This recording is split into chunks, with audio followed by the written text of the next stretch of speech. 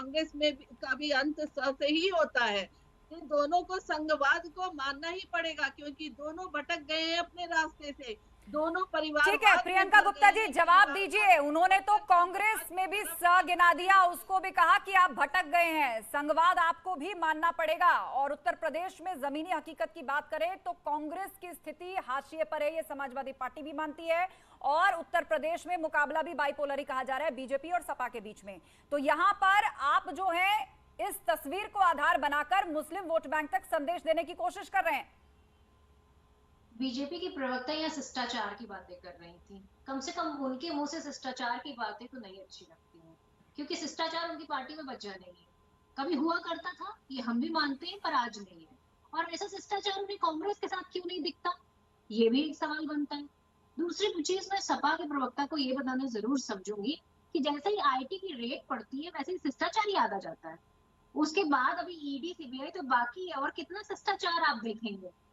तो ये हमें न समझाए कि हम कहाँ हैं, क्योंकि आज किसी पार्टी में अगर जो है सबको डर लग रहा है तो सिर्फ कांग्रेस पार्टी से डर लग रहा है, क्योंकि जो जमीनी ये हकीकत मुद्दा है जो कि आपने कांग्रेस उठाया पार्टी है ने महिलाओं प्रियंका के गुप्ता बीच जी, में जो है ये जगह मुद्दा जो बनाई आपने है। उठाया है इसको मैं आज अनुराग महिलाएं भदौरिया जी के बोलने पास ले लगी जाना है कि चाहूंगी। लड़कियों नहीं, को मैं लड़ आपके पास सकती हूँ, लौटूंगी, लेकिन और इस लेकिन डर की आपने वजह एक से बहुत आज महत्वपूर्ण प्रधानमंत्री पॉइंट जी को उठाया। भी अपना वो प्रोग्राम ये करना कि पड़ा, जैसे ही महिलाओं की बात ईडी सुननी की पड़ी। रेड पड़ने लगी, फौरन जो है वो मुलायम सिंह यादव और भागवत की मुलाकात की तस्वीर सामने आती है। अनुराग भदौरिया जी, एक और साजिश यहां पर इसके पीछे देख रही है कांग्रेस।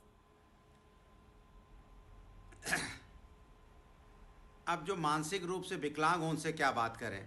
बात तो भारतीय जनता पार्टी करने छोड़िए, कांग्रेस की बात करने से कोई फ़ायदा नहीं। आप भी जानती हैं, हम भी जानती हैं वो क्या बोल रही है, क्या नहीं बोल रहे हैं। भारतीय जनता पार्टी के प्रवक्ता उनको खुद नहीं पता है। वो शादी को मुलाकात बताती हैं तो अब उनकी मानसिकता पे आपको भी तरस आना चाहिए, हमें भी तरस आ रहा है कि हिंदुस्तान में जो सामाजिक संबंधों को नहीं जानते उनसे क्या बात करें। लेकिन जहाँ तक भारतीय जनता पार्टी की बात है, भारतीय जनता पार्टी इसलिए इसको ज़्यादा जोर देने में लगी है क्योंकि उनको इस बात का डर है कि समाजवादी जिसके बगल में लाल टोपी लगा के बैठ जाते हैं, थोड़ी देर बाद पड़ोसी लाल टोपी लगाने लगता है। इस बात का हो सकता है भारतीय जनता पार्टी को डर सता रहा हो, क्योंकि समाजवादी अपनी आइडियोलॉजी बहुत तेज़ी से फैलाते हैं और जो उनके संपर्क में आ जाता है वो समाजवादी तुरंत बन जाता है और तुरंत उसके अंदर में समाज के प्रति जिम्मेदारी जागृत हो जाती है, समाज के प्रति रिस्पॉन्सिबिलिटी आ जाती है। तो बीजेपी इसलिए परेशान है कि शायद किसी के अंदर ये रिस्पॉन्सिबिलिटी, ये जागृति, समाज को न्याय दिलाने की अंदर उनके शक्ति ना पैदा हो जाए। और जैसे उनके अंदर ये शक्ति पैदा होगी, लाल टोपी उनके सर पे भी आ जाएगी, तो फिर भारतीय जनता पार्टी कहीं की नहीं बचेगी। तो इसलिए भारतीय जनता पार्टी उसको पहले से ही उसको तूल देने में लगी है कि किसी तरह से बचें, लेकिन बच नहीं पाएंगे। लाल टोपी तो सबको पहननी पड़ेगी क्योंकि क्रांति का प्रतीक है और समाज के अंदर जब तक क्रांति नहीं आएगी तब तक समाज के अंदर में न्याय मिलना बहुत मुश्किल है। और ये समाजवादी पार्टी एक ऐसी पार्टी है जो समाज को सामाजिक न्याय दिला सकती है और समाज के अंदर में अनुराग जी, लाल टोपी के इर्द गिर्द ही ये पूरी कहानी आपकी घूम रही है। ये जो तस्वीर निकल के सामने आई है, सब अपने फायदे के हिसाब से अपना अपना मैसेज जनता तक पहुंचाने में लगे हुए हैं। मनीष गुप्ता जी, राजनीतिक विश्लेषक हमारे साथ है। क्या मैसेज जा रहा है इससे जनता में? मतलब अचानक किसी शादी के फंक्शन में मिल जाना, या फिर अस्पताल किसी का हालचाल लेने पहुंचना, संसद के भीतर किसी की तारीफ करना। हमने पहले भी इस तरह के वक्तव्य देखे हैं, तस्वीरें देखी हैं। तो अब इनको माध्यम बनाकर कौन सी सियासत की जा रही है? जनता में क्या संदेश जा रहा है इससे? देखिए, दो बातें हैं। पहली बात तो मैं ये बड़ा हैरान हूं अनुराग भदौरिया जी की बात सुनकर कि वो किस तरीके से अपने पिछले इलेक्शन के अलायंस पार्टनर कांग्रेस को मानसिक विकलांग बता रहे हैं।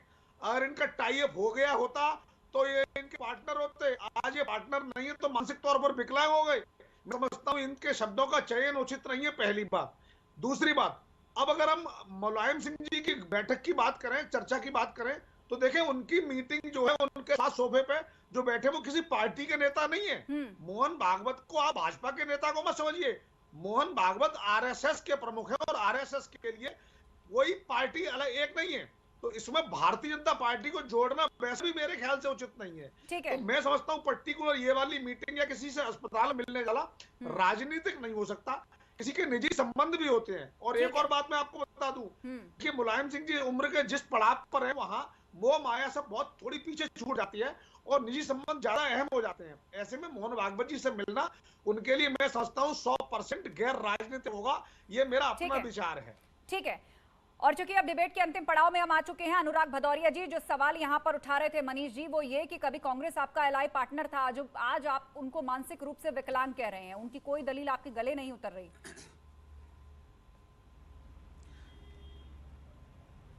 देखिए, किसके गले उतरती किसके नहीं गले उतरती, समाजवादी इसकी चिंता नहीं करते। समाजवादी समाज में सामाजिक न्याय की बात करते हैं, समाज को आगे ले जाने की बात करते हैं।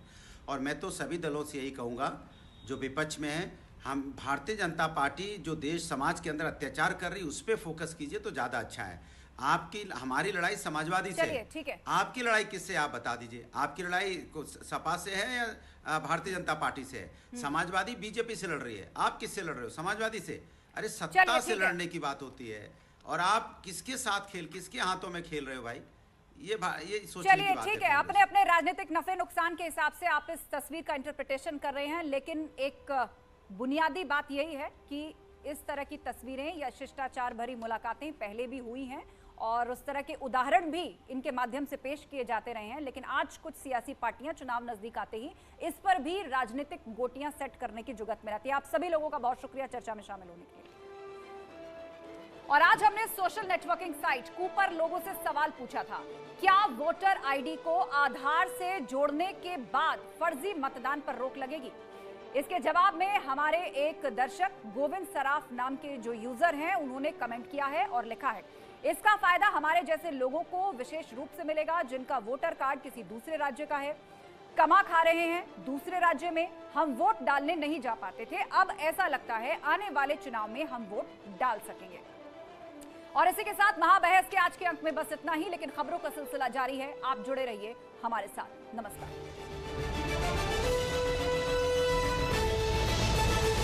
सीरीज कोरोना के चलते लिया गया फैसला।